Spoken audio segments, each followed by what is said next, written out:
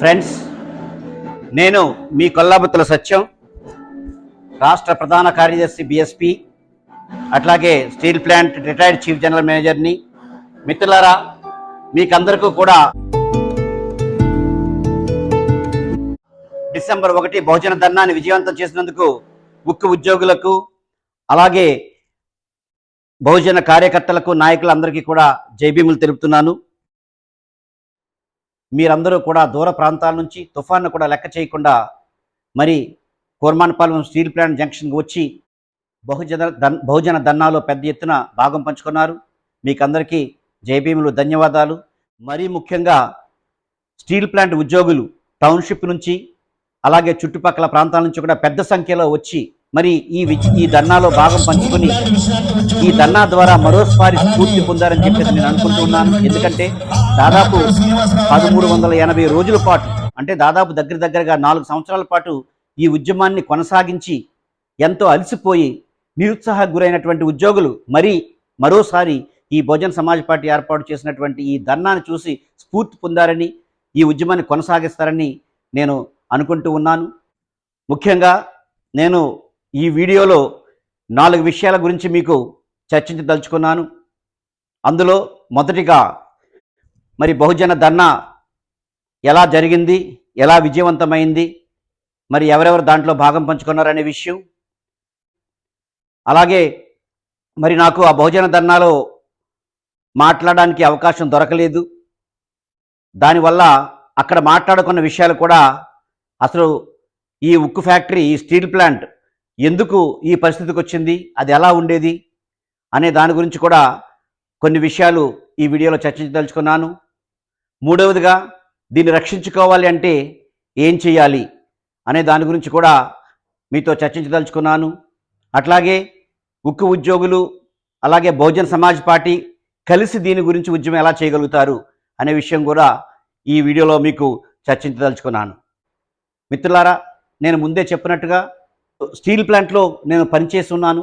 34 ఏళ్ళు పనిచేశాను. ఇది కన్స్ట్రక్షన్ దగ్గర నుంచి అన్ని విభాగాల్లోనూ పనిచేసి నేను చివరగా చీఫ్ జనరల్ మేనేజర్గా రిటైర్ అయ్యాను. మిత్రులారా, ఇక్కడ ఈ సందర్భంగా ఒక విషయం మీకు చెప్పదలుచుకున్నాను. మీకు ముందే చెప్పినట్టుగా నేను ఆ రోజు ధర్నాలో మాట్లాడేందుకు నాకు అవకాశం ఇవ్వలేదు. అందు గురించి అక్కడ మాట్లాడాలనుకున్న విషయాన్ని మీ ముందు ఉంచుతున్నాను. మిత్రులారా, ఈ కొల్లాబుత్తుల సత్యం అనేవాడు ఎక్కడో మరి అంబేద్కర్ జిల్లా కోనసీమలో మల్కీపురం అనే గ్రామంలో కూలి పని చేసుకునేటువంటి తల్లికి పుట్టినవాడు.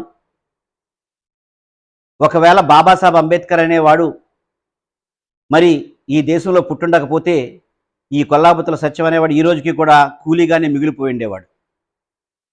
ఆయన త్యాగాల ఫలితంగా ఈ రాజ్యాంగం మనకిచ్చినటువంటి రిజర్వేషన్ల ఫలితంగా, ప్రభుత్వ రంగ సంస్థల ఫలితంగా నేను ఎన్నో డిపార్ట్మెంట్లలో పనిచేసి చివరిగా ఒక ఉన్నత స్థాయి ఉద్యోగమైనటువంటి చీఫ్ జనరల్ మేనేజర్ స్థాయికి నేను ఎదగగలిగాను. నా బిడ్డను చదివించుకున్నాను, అమెరికాలో చదివించుకుంటున్నాను, ఒక మంచి ఇల్లు కట్టుకున్నాను, ఒక గౌరవప్రదమైన జీవితాన్ని నేను పొందగలిగాను. ఇలా దాదాపు 7,000 మంది బహుజనులు, అంటే ఎస్సీ, ఎస్టీ, బీసీ వర్గాలకు చెందిన వాళ్ళు బాబాసాహెబ్ త్యాగాల వల్ల, ఆయన దయ వల్ల, ఆయన రాసిన రాజ్యాంగం యొక్క ప్రతిభ వల్ల ఈ రోజున ఎక్కడో కూలీ పనులు చేసుకోవాల్సినటువంటి వీరందరూ కూడా ఈ రోజున ఇక్కడికి వచ్చి స్టీల్ ప్లాంట్లో రకరకాల స్థాయిల్లో ఉద్యోగాలు చేస్తూ వారి పిల్లల్ని డాక్టర్లుగా, ఇంజనీర్లుగా, మరి ఐపీఎస్లుగా, కొందరిని ఐఏఎస్లుగా ఉన్నతమైన ఉద్యోగాల్లో చదివించుకుంటూ చాలామందిని అమెరికా, ఇంగ్లాండ్ లాంటి దేశాల్లో చదివిస్తూ అక్కడ ఉద్యోగాలు చేసుకుంటూ ఎంతో ఉన్నతమైన జీవితాన్ని వాళ్ళు ఈ రోజున గడపగలుగుతున్నారు. ఈ ఎస్సీ, ఎస్టీ, బీసీ వర్గాలకు చెందిన వాళ్ళే కాకుండా మిగిలినటువంటి అగ్ర కులాలు లేదా ఇతర కులాల్లో ఉన్నటువంటి పేదలు కూడా, ఎందుకంటే ఇక్కడ చేరిన వారందరూ కూడా ధనవంతులు కాదు, పేదలు. వారందరూ కూడా మరి ఈ స్టీల్ ప్లాంట్ ఆధారంగా తమ జీవితాన్ని బాగు చేసుకుని ఎంతో ఉన్నతమైన జీవితాన్ని గడుపుతున్నారు. ఇదంతా పక్కన పెడితే ఈ ప్లాంట్కు కావాల్సినటువంటి యాన్సిలరీ ఇండస్ట్రీస్ ద్వారా, ఈ రా మెటీరియల్స్ కాంట్రాక్ట్ల ద్వారా, అలాగే ఈ ఉద్యోగులందరూ ఖర్చు పెడుతున్నటువంటి డబ్బు ద్వారా మరి విశాఖపట్నం మొత్తాన్ని అభివృద్ధి చేసింది విశాఖపట్నం స్టీల్ ప్లాంట్. నేను ఇక్కడ జాయిన్ అయినప్పుడు గాజువాకలో కానీ కోర్మానపాలెం జంక్షన్లో కానీ మెయిన్ రోడ్డు మీద ఒక టీ షాప్ కూడా ఉండేది కాదు. మరి ఈ రోజున ఒక పెద్ద సిటీగా, ఒక వైబ్రెంట్ సిటీగా ఇది మలచబడింది, అభివృద్ధి చెందింది అంటే దానికి కారణం విశాఖపట్నం స్టీల్ ప్లాంట్.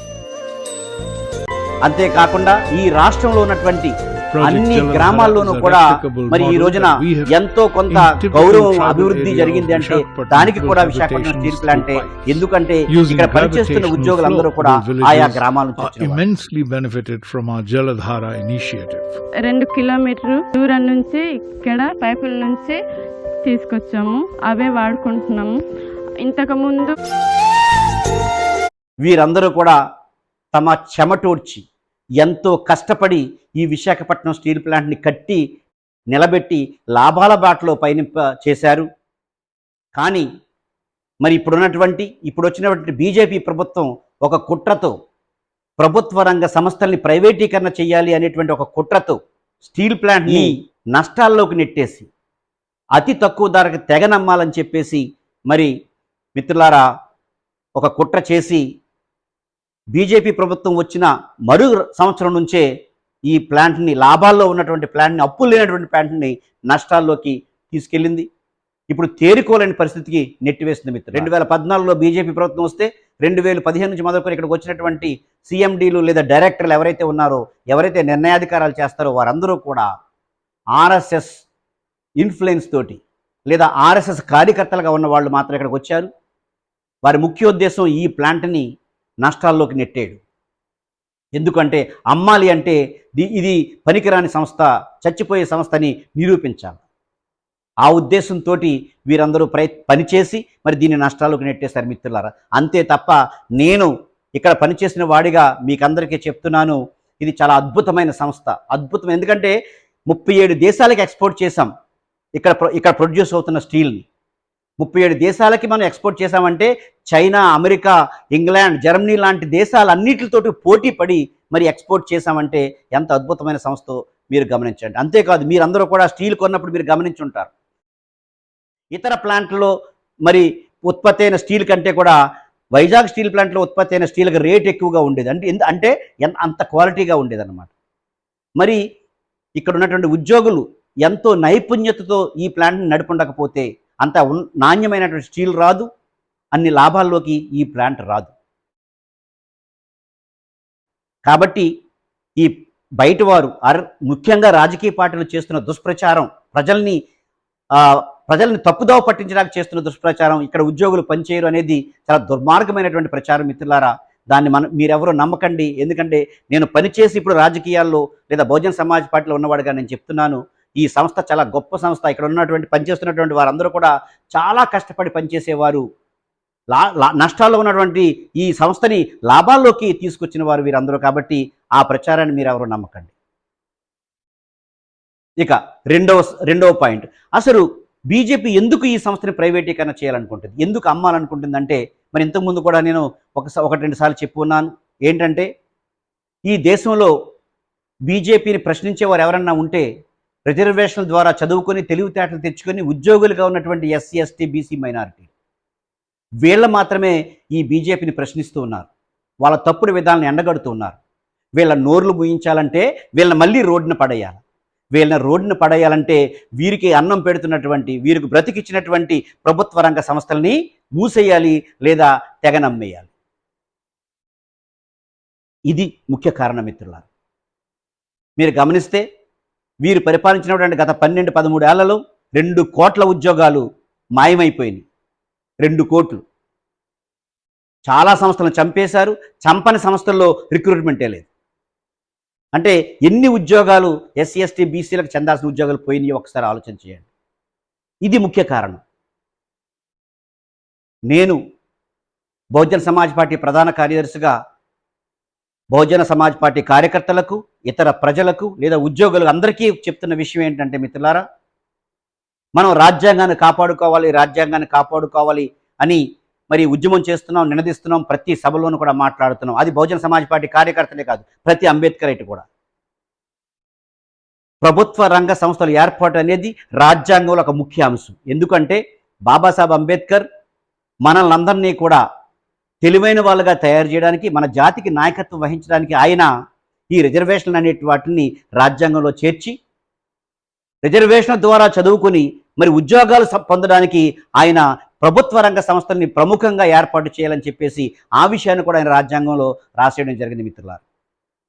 దానికి అనుగుణంగానే దేశంలో పెద్ద ఎత్తున పెద్ద ప్రభుత్వ రంగ సంస్థలు ఏర్పాటయ్యి అందులో లక్షలాది మంది బహుజనులు ఎస్సీ ఎస్టీ బీసీకి చెందిన వారు ఉద్యోగులుగా ఉన్నారు, చదువుకున్నారు, ప్రశ్నిస్తున్నారు. మరి ఈ రోజున విశాఖపట్నం స్టీల్ ప్లాంట్ లాంటి సంస్థను ప్రైవేటీకరణ చేయడం అంటే ఆ రాజ్యాంగంలో ఒక ముఖ్యమైన పేజీని చింపేయడమే. అందుకే వారు ఇప్పటి వరకు ఇంత పెద్ద సంస్థని, ఒకే చోట ఇంతమంది పనిచేస్తున్న సంస్థని ప్రైవేటీకరణ చేయలేదు. ఆ రాజ్యాంగాన్ని చింపేయడంలో భాగంగా దీన్ని ప్రైవేటీకరణ చేయాలని చెప్పేసి వారు కుట్ర చేస్తున్నారు. కాబట్టి ఉద్యోగులు, అలాగే బహుజనులు, అలాగే అంబేద్కర్ అభిమానులు అందరూ కూడా దీన్ని నిరసించడమే కాదు, ఒక ఉద్యమ రూపాన్ని తీసుకొచ్చి మరి ఎట్టి పరిస్థితుల్లోనూ విశాఖపట్నం స్టీల్ ప్లాంట్ ప్రైవేటీకరణ కాకుండా మరి మనం ఆపాల్సిన బాధ్యత మనకుందని చెప్పేసి ఈ సందర్భంగా నేను చెప్తూ ఉన్నాను. మిత్రులారా, అలాగే ఈ వీడియో చివరిలో ఈ సంస్థని బయటకు తీసుకురావాలంటే ఏం చేయాలనే విషయాలను కూడా చెప్పాను. ఈ విషయాలు నేను ఆ రోజున ఆ ధర్నాలో మాట్లాడాలని అనుకున్నాను. మరి కనీసం ఈ వీడియో ద్వారా మీకందరికీ ఈ విషయాలని నేను పంచుకుంటున్నందుకు సంతోషంగా ఉంది మిత్రులారా. మరి ఇప్పుడు ఇంత అద్భుతమైన ఈ స్టీల్ ప్లాంట్ని మళ్ళీ పూర్వ వైభవాన్ని తీసుకురావాలి అంటే, మళ్ళీ దీన్ని లాభాల బాట పట్టించాలంటే 2 మార్గాలు ఉన్నాయి. కానీ ఆ 2 మార్గాలు కూడా ప్రభుత్వం చేతిలో ఉన్నాయి. మొదటి మార్గం ఏంటి అంటే, ఇప్పుడున్నటువంటి అప్పుల్ని, అట్లాగే రా మెటీరియల్ సప్లై చేసేటువంటి వారందరికీ కూడా ఇవ్వాల్సినటువంటి డబ్బులు ఏవైతే ఉన్నాయో దాదాపు 28,000 కోట్లు, దాన్ని ఈక్విటీ కింద, అంటే గవర్నమెంట్ పెట్టుబడి కింద మార్చితే అదేమి నష్టాలను వైపౌట్ చేయడం కాదు, పెట్టుబడి కింద మారుస్తున్నాం, అది పెట్టుబడిగా ఉంటుంది. అలాగే ఎందుకు అంటే నెలకి దాదాపు 1,100 కోట్లు వారికి మరి ఇంట్రెస్ట్ రూపేణా చెల్లించాల్సి వస్తుంది. ఇప్పటికే దాదాపు 7,000 కోట్లు ఇంట్రెస్ట్ చెల్లించింది. 7,000 కోట్లు అంటే చూడండి ఎంత వడ్డీ చెల్లించాము.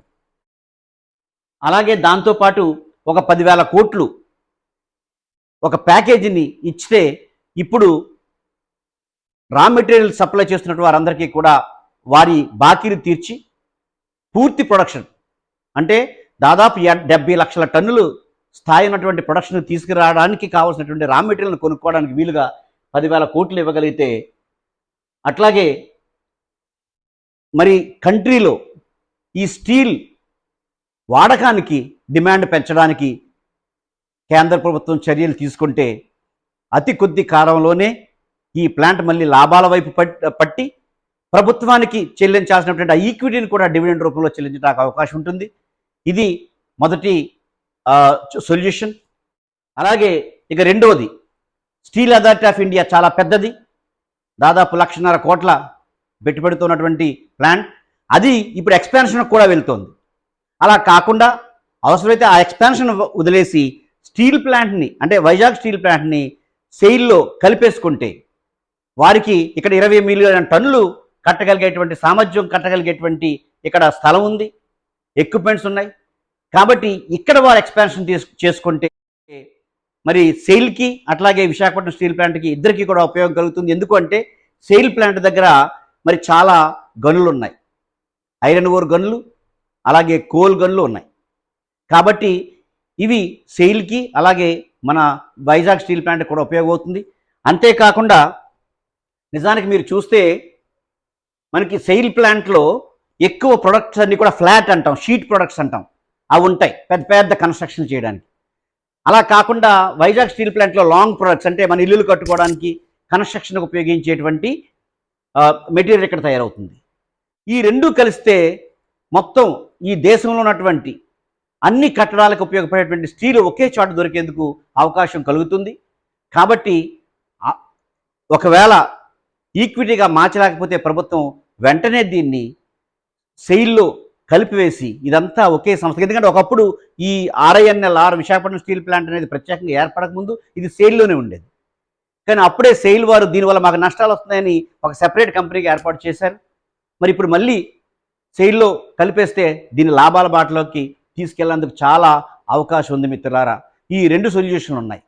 ఇవన్నీ సాధించుకోవాలంటే మరి ఉక్కు ఉద్యోగులు ఏం చేయాలి, బహుజన్ సమాజ్ పార్టీ ఏం చేస్తుంది? నా అభిప్రాయం ప్రకారంగా, ఎందుకంటే ఇక్కడ పనిచేసినటువంటి అనుభవంతో నేను చెప్తున్నాను.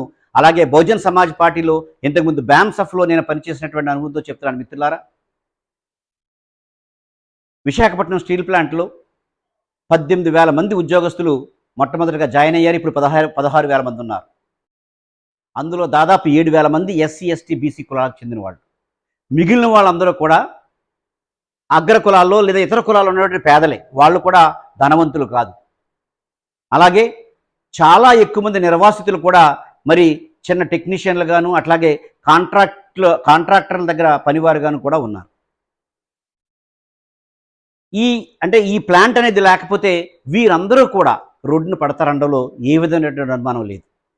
మరి దీన్ని రక్షించుకోవాలంటే ఏం చేయాలంటే ఈ 18,000 మంది కనీసం 10,000 గ్రామాల నుంచి, అంటే ఈ రాష్ట్రంలో ఉన్న 10,000 గ్రామాల నుంచి వచ్చారు. ప్రతి గ్రామం నుంచి ఒక్కొక్క ఉద్యోగి ఈ స్టీల్ ప్లాంట్లో పనిచేస్తున్నాడు. ఇప్పుడు ఈ పోరాట కమిటీ వారు అట్లాగే ఈ ఉద్యోగులు అందరూ కలిసి ఒక స్టాండ్ తీసుకొని మొట్టమొదటిగా ఏం చేయాలంటే ప్రతి ఒక్కరూ తమ గ్రామానికి వెళ్ళి ఆ గ్రామంలోంచి అక్కడ ఉన్నటువంటి పెద్దల్ని, కొంతమంది యువకుల్ని తమ సొంత ఖర్చులతో అయినా సరే తీసుకొచ్చి ఇక్కడ ఈ ప్లాంట్ చూపించాలి. ఎంత అద్భుతమైన ప్లాంట్, ఎంత నైపుణ్యంతో మేము నడుపుతున్నాం, ఎంత అద్భుతంగా ఈ స్టీల్ ప్లాంట్ టౌన్షిప్ని తయారు చేసాం అనే విషయాల్ని వారికి వివరించాలి. ఎందుకంటే ఈ రాజకీయ పార్టీలు ప్రజల్ని తప్పుదోవ పట్టిస్తున్నాయి. ఇక్కడ ఉద్యోగస్తులు పనిచేయరు, బద్ధకస్తులు, ప్లాంట్ నాశనం చేసేసరైన ఒక దుర్మార్గపు ప్రచారాన్ని అన్ని పార్టీలు కూడా చేసినాయి. అలా కాకుండా మనం ప్రజలకి ఈ విషయాల్ని వారికి తెలియచేయాలంటే ప్రతి గ్రామంలో ఉన్నటువంటి మన బంధుమిత్రుల్ని, మన పేటలో ఉన్న వారిని తీసుకొచ్చి ప్లాంట్ చూపించాలి మొట్టమొదటిగా. ఇక రెండవదిగా ఒక వారం రోజుల్లో 10 రోజుల్లో సెలవు పెట్టి ఒక పీరియడ్ అనుకుని ఆ పీరియడ్లో ప్రతి ఉద్యోగి తమ గ్రామానికి వెళ్ళి సేవ్ స్టీల్ ప్లాంట్ అనే నినాదంతో, విశాఖ ఉక్కు ఆంధ్రుల హక్కు రక్షించుకుందామనే నినాదంతో కనుక వారు ముందుకొస్తే ప్రతి గ్రామంలో ఉన్నటువంటి బహుజన్ సమాజ్ పార్టీ యొక్క వింగ్ ఏదైతే ఉందో, బహుజన్ సమాజ్ పార్టీ కార్యకర్తలు ఎవరైతే ఉన్నారో వారు వాళ్ళతో ప్రయాణం చేసి ప్రజలందరికీ వివరించి దీన్ని ఒక ప్రజా ఉద్యమంగా మలచడానికి అవకాశం ఉంటుంది. ఎందుకంటే బహుజన్ సమాజ్ పార్టీ బయట నుంచి ఎంత ఉద్యమం చేసినా కూడా దానివల్ల ఫలితాలు రాకపోవచ్చు. ఈ ప్రైవేటీకరణ ద్వారా డైరెక్ట్గా ఎవరైతే ఎఫెక్ట్ అవుతున్నారో ఉద్యోగులు, ఆ ఉద్యోగులు ముందుకొచ్చి దీనికి నాయకత్వం వహించి ముందుకు తీసుకెళ్తేనే ఈ ఉద్యమం ప్రజా ఉద్యమంగా మారి ఈ ప్లాంట్ని మనం రక్షించుకోగలుగుతాం అనే విషయాన్ని తప్పనిసరిగా అందరూ గమనించాలా. స్టీల్ ప్లాంట్ విశాఖ ఉద్యోగులు, అలాగే ప్రముఖ దళిత నాయకులైనటువంటి మాటూరు శ్రీనివాసరావు గారిని, అలాగే పాల్పేటి పెంటారావు గారిని కూడా వేదిక మీద వస్తుందిగా మనం చేస్తున్నాం. అలాగే ఉద్యోగులు కనుక ముందుకు వస్తే వారికి తోడుగా బహుజన్ సమాజ్ పార్టీ అన్ని జిల్లాల్లోనూ, అన్ని నియోజకవర్గాల్లోనూ, అన్ని మండలాల్లోనూ, అన్ని గ్రామాల్లోనూ ఉంది. వారికి తోడుగా నిలబడుతుంది. అక్కడ మరి ఒకసారి ఉద్యమం మొదలైన తర్వాత మిగతా వాళ్ళు ఎవరైనా కూడా కలిసి వస్తే వారందరినీ కలుపుకొని ఈ ఉద్యమానికి ముందుకు తీసుకెళ్ళడానికి బహుజన్ సమాజ్ పార్టీ సిద్ధంగా ఉంటుందని చెప్పేసి మరి మేమందరం చెప్తూ ఉన్నాం. మరి ఆ రోజు రామ్జీ గౌతమ్ గారు కూడా ఈ విషయాన్ని చాలా స్పష్టంగా మీకు అందరికీ వివరించడం జరిగింది. దీన్ని పార్లమెంట్లో లేవనెత్తానని చెప్పేసి ఆయన హామీ ఇచ్చారు. అలాగే దీన్ని ప్రజా ఉద్యమంగా మలచడంలో బహుజన్ సమాజ్ పార్టీ మరి సహాయపడుతుందని కూడా రామ్జీ గౌతమ్ గారు మనందరికీ విన్నవించున్నారు. కాబట్టి మిత్రులారా, ఈ బహుజన ధర్నాన్ని విజయవంతం చేయడమే కాదు, మరి ప్రభుత్వ రంగ సంస్థ అయినటువంటి బహుజనులకు బతుకుదెరువైనటువంటి ఈ స్టీల్ ప్లాంట్ రక్షించుకోవడానికి ఉద్యోగులందరూ ముందుకు రావాలి. ముఖ్యంగా ఎస్సీ, ఎస్టీ, బీసీ ఉద్యోగులు దీనికి నాయకత్వం వహించాలి.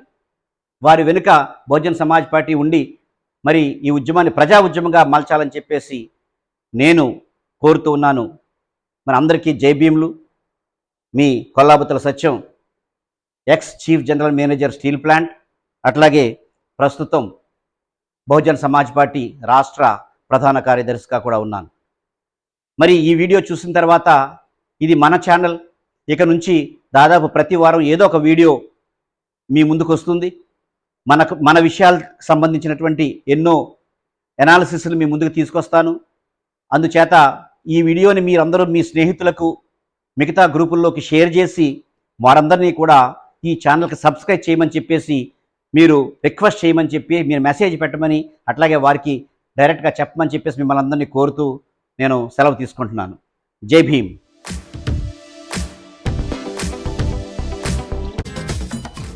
అంబేద్కర్ గన్నవరం గెలుస్తాం.